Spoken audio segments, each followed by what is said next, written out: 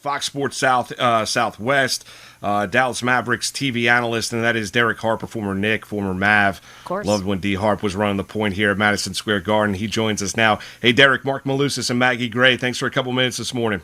You are very welcome. I'm so sorry we couldn't rectify the Zoom situation, but I'm happy to be here.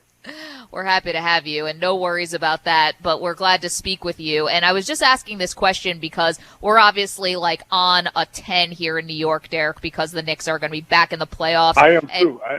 I'm not in New York, and I'm excited for you. Right, and like you have a dog in this fight, right? Because of obviously the success you had with the Knicks. And I was just saying to Moose, like the Knicks already play kind of playoff basketball in the way that they play. They play good defense. They're good defending the three. They're good defending the rim. They have a tight rotation. They try to slow the game down, half-court game. Are they going to need, and do you think they have, another gear that they can hit once the actual postseason comes? I don't know if they have it, Maggie, but I think the gear that they need would be an offensive gear. I think the only challenge, and not to mention how well coached they are by Thibodeau, but the challenge I think some nights in a 7-game series is whether or not you can score when you really need to score down the stretch. They're going to be in some wars in the playoffs. And to your point, Maggie, their system is certainly playoff ready. They defend, like you just mentioned. They have an all-star in Randall. Derrick Rose has played like an all-star the second half of the season. He's been fantastic. And I think that they can. I really do, because they're already that team. They're already a team that do some of the things and have the different intangibles that it takes to win in the playoffs. I think the key is to get one win. It's been so long until I think there's a mental aspect that'll come into play. But I think once they find a way to get a win, their confidence grows. And if Randall can continue to do what he's doing, Bullock has been really good shooting the basketball. So my answer would be yes. I think the Knicks are ready for it. Derek Randall, a Dallas guy, Dallas native, obviously his hometown. Are you surprised? I think it caught us by surprise the way his game has evolved this year, and specifically the outside shooting. I mean, that's really where the biggest step forward Randall has made. Eastern Conference All-Star, rightfully so. Has it surprised you the way that he's changed his perception of as a player as quickly as he has? One thing I'll say for Julius, he's always had ability, and I mean, you mentioned it, shooting 40+% from the three-point line this year. And I think the other thing that I'll add to Julius Randle is I think he's been coached very well. I think Coach Thibodeau has slowed his mind down. And once your mind slows down as a player and you already have a certain skill set, if you look at the threes that he's taken, they're good threes. They're not bad threes. And he's just more confident. He's clearly worked on his outside game and worked on his shot. And the guy looks like an all-star player. He plays with a different demeanor than I've seen him play with in the past. Everything was hurry, hurry, hurry, hurry, hurry. Now, if you watch him, there's a little bit of a methodical approach to what he's doing. For crying out loud, the guy is right at the top of the assist board. That's what has surprised me the most, along with the shooting. But I mean, as a facilitator, the ball is in his hands a large percent of the time, but you never know that he wasn't a point guard all this time. He's been phenomenal. We're talking with Derek Harper, of course, former Knick. Now he's Dallas Mavericks TV analyst for Fox Sports Southwest. We remember all those all-defensive NBA teams that you were a part of, Derek, for sure. Now the Knicks are going to play the Lakers tonight. And so obviously this is a big test for them, but the probably the bigger story outside of New York is whether or not LeBron's going to play and what they are going to look like now as they start their playoff run. Do you feel like LeBron... Do you think he's going to be able to match Jordan here with 6 titles? He's got 4. They're about to start another playoff run, whereas before maybe people thought that was not going to be achievable and he was never going to be able to catch Jordan when it comes to titles. Do you think he will now? It won't be easy. You look at what the Lakers have. I think outside of injury this year, the Lakers would be right there. They would be a team that we would be having conversation about. But Anthony Davis obviously missed close to 30, 40 games, 35 games, I think, something in that area. LeBron has missed games lately and not 100%. when it comes to the Lakers and LeBron James, I think what's around LeBron ultimately will help him to win another championship. I don't think LeBron, and I think he realized that he can't win a championship by himself anymore. So he needs Anthony Davis. He needs the Morris, one of the Morris twins. He needs everybody that's on that team to play at a high level for them to be successful. I like their team. I like the addition of Drummond. So a lot of it is going to be predicated on how those guys come around as players. You know, it's something about playoff basketball, man. You can do things during the regular season, but once you get to that playoff, the ante is up. There's a little bit more pressure on each individual to play better basketball. And I just don't think Anthony Davis and LeBron alone can carry this team to another championship like they did last year under those unprecedented situations down in the bubble. But if the others, if Schroeder plays well, if Arrow plays well, they got just as good a chance as anybody. Just as good of a chance as anybody, Derek. Would you say they're the team to beat out West? If everyone's healthy, LeBron, Anthony Davis, you went through some of the secondary, tertiary pieces on that team. But if those two guys are healthy, do you think the Lakers, as when you look at their roster, do you think they're the team to beat regardless of record out West? You know, that play-in thing is tricky. It is extremely tricky. I don't think you want to get caught with Golden State and what Steph is doing. But to answer your question, I personally like the Jazz when they're healthy. Okay. And I like the Mavericks because I think Dallas is a very deep team with a superstar in Luka, and KP is not bad himself as a player. But I think it's up in the air. I don't think I'll go out on a limb and say that they're the team to beat. I think it's wide open.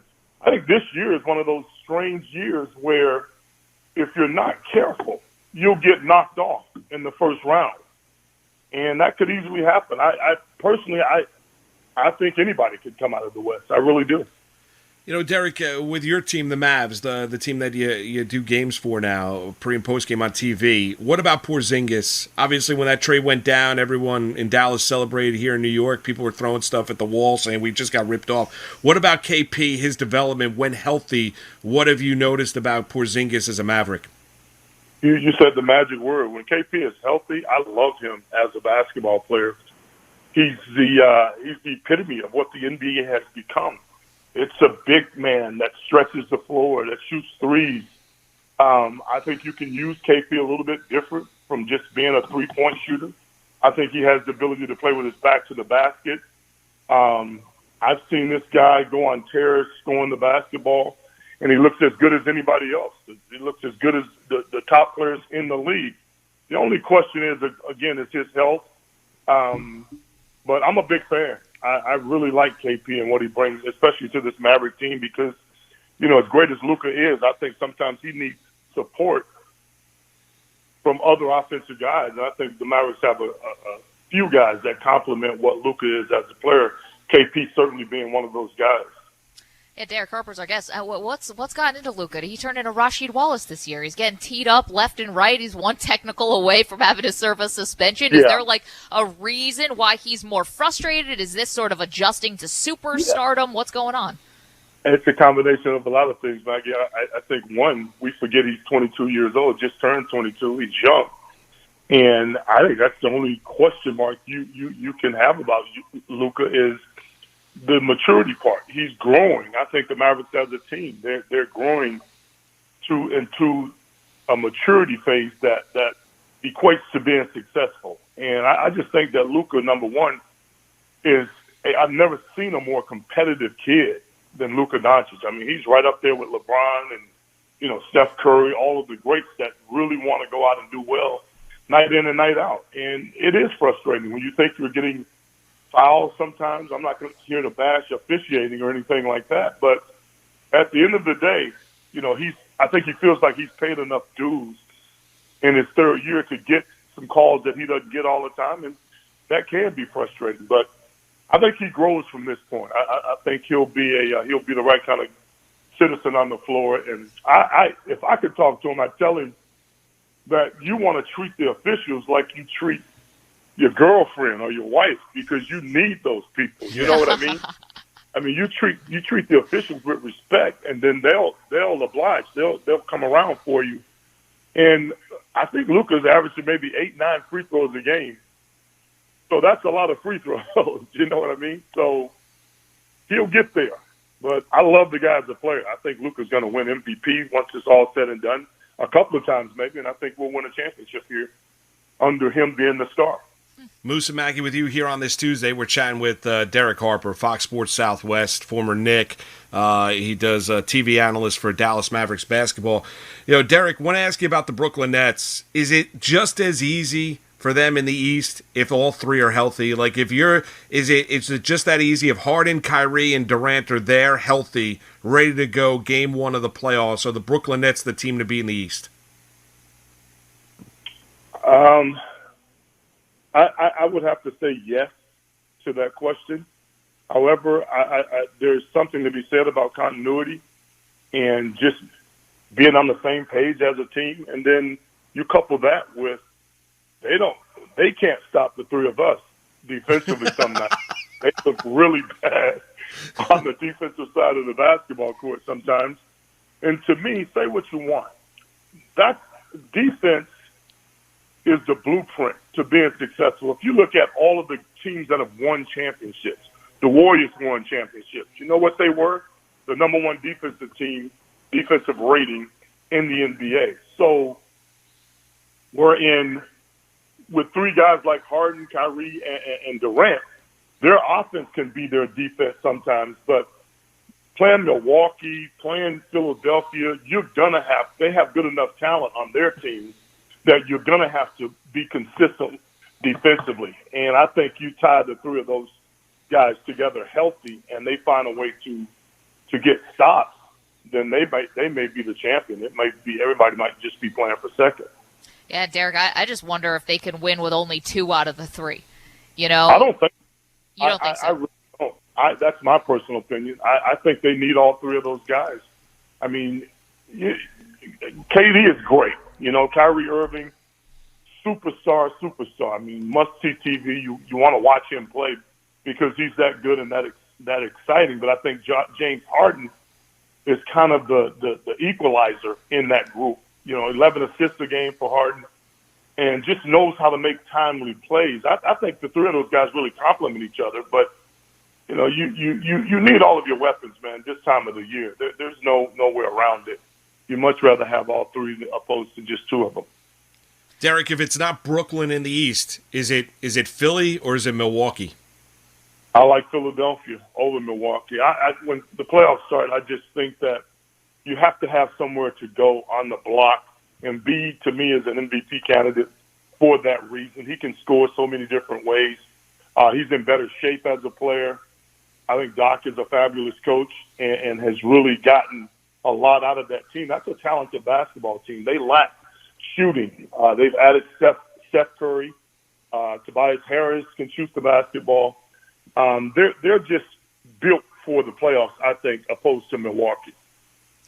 Derek, last one for me. It's going back to the Knicks. So you knew what it was like when you had a team that was going to the finals and in the playoffs every year in these intense playoff series and what the city was like when you were winning with the Knicks. If you were to tell one of these Knicks players, hey, if you win a playoff series, this is one way your life is going to be different, or this is one thing you can expect from New York City in terms of loving you back that you should be in for here, what would you tell one of these players? It's a great question, Maggie. Let me say this, man. If we had won the championship in '94, I'd be living in New York right now. I wouldn't have been able to get out of the city because that's the kind of love that we got as a basketball team there. But we all know that New York is the Mecca, and the fans there, they love you in a way that it gives you goosebumps every time you pull in the tunnel to go to the game. I'll now tell you a quick story. Yeah. I'll never forget playing against the Pacers in '94, the year that we made our march to the finals. And a fan being outside of Madison Square Garden wanting Patrick Ewing's autograph, okay? This kid was so excited and so in awe of Knick legend Patrick Ewing, he laid down in front of Patrick's truck to get an autograph, trying to seek an autograph. So to win in New York, that's why I said I'm happy that it's back. My daughter lives in New York now. She's actually flying back to Dallas today for a little while. But to win in New York, man, it's like no other city.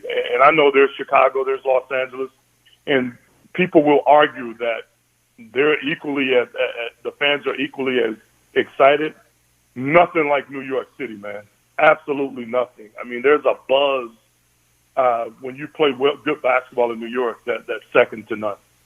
Derek, I love that group, right? I grew up a Knick fan. Loved you as a player. Loved your toughness and loved when you could defend and you armbar. I mean, everything. I mean, you guys, it was just such a good group. And you guys embodied New York City as well. Absolutely. Do you think back? I mean, Derek, I don't want to, because I think back to it all the time, right? I think back to where I was watching those finals. Do you think back to that finals against the Rockets and what could have been? Man, how could you not? The Knicks hadn't won a championship, since 73, 74, if I'm not mistaken.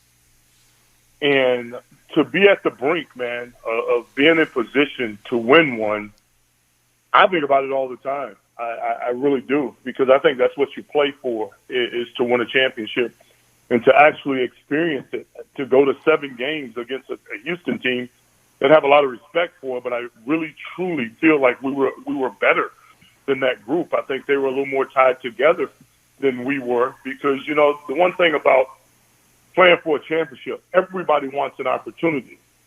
And sometimes in wanting that opportunity, I'm not going to say you don't root for your guys, but you don't support the way you need to. And I think that's what kept us from winning. And all due respect to all my guys, I mean, I'm not here to bash anybody, but there was just a little bit missing from a continuity standpoint for us down the stretch. Otherwise, I'd be living in New York, hanging out with you guys to this day.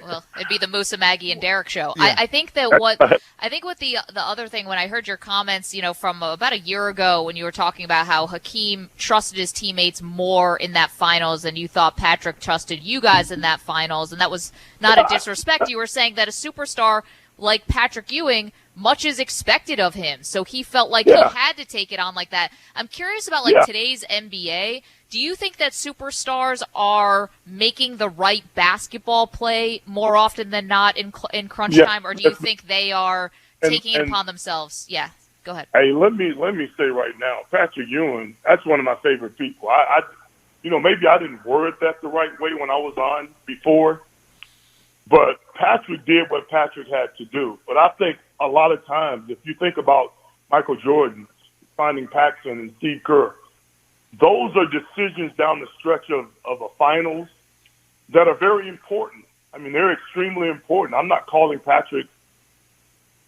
not a great player. I mean, he speaks for himself. He's in the Hall of Fame. I mean, Patrick is tremendous. But, I just think the timing of when you make the right basketball play that you're alluding to, Maggie, I think is the difference between winning and not winning. And I think Patrick understands that. I think John understood that. I think everybody understands it. But, we're all professional basketball players, and we all think that we can make the play. Sometimes it's right, sometimes it's wrong. But nonetheless, we had a chance. And that's all you can ask for when it comes to professional sports, is to give yourself an opportunity to be successful. We had a lot of success. And I'll never forget those memories. Some of my best basketball memories was being on the floor with the Beast, with Patrick Ewing. And there's no place like the Garden when it was rocking in the spring, Derek. I got to just ask you one more follow-up, because the continuity aspect. I know you're not going to rip any teammates, but you mentioned that you felt the Rockets in that series had a little bit more continuity than the Knicks. What do you mean by that? I simply mean that they made those extra passes, and you don't blame one guy when you don't win a game or you don't win a series. But I just thought, when I think back, man, all I can think back on is the Dream finding Robert Horry, Mario Elie, Kenny Smith, Vernon Maxwell. I just remember the ball being a hot potato, meaning that it hopped around the floor in Game 6 and Game 7 is all that I mean. For whatever it's worth, we gave ourselves a chance. To your point earlier, that was a great group. Oh, I loved them. Charles Smith, John, Greg Anthony, Anthony Bonner, Rolando Blackman was on that team, who I would have loved to see get an opportunity in that Rocket series, because go online when we get off the air and Google his numbers against the Houston Rockets. Rowe was a Rocket killer. And, like I said, I just think everybody wanted an opportunity. Didn't get the opportunity, but who knows? Maybe that would have been the difference in us winning and losing games. But by no means am I trying to lay the blame on one individual. That's not my style. No. And listen, Derek, when they brought you, loved you as a player. You were tough. You made big shots. You were a leader on the court. I mean, you were great as a Knick for the 3+ years that you were here in New York. And yeah, I watch those finals at least once every year. I watch those NBA finals, Derek. So it's good talking with you. Great chatting with a little NBA. And continued success. All right. Thank you. Same to you guys. Thanks, Derek. Appreciate that.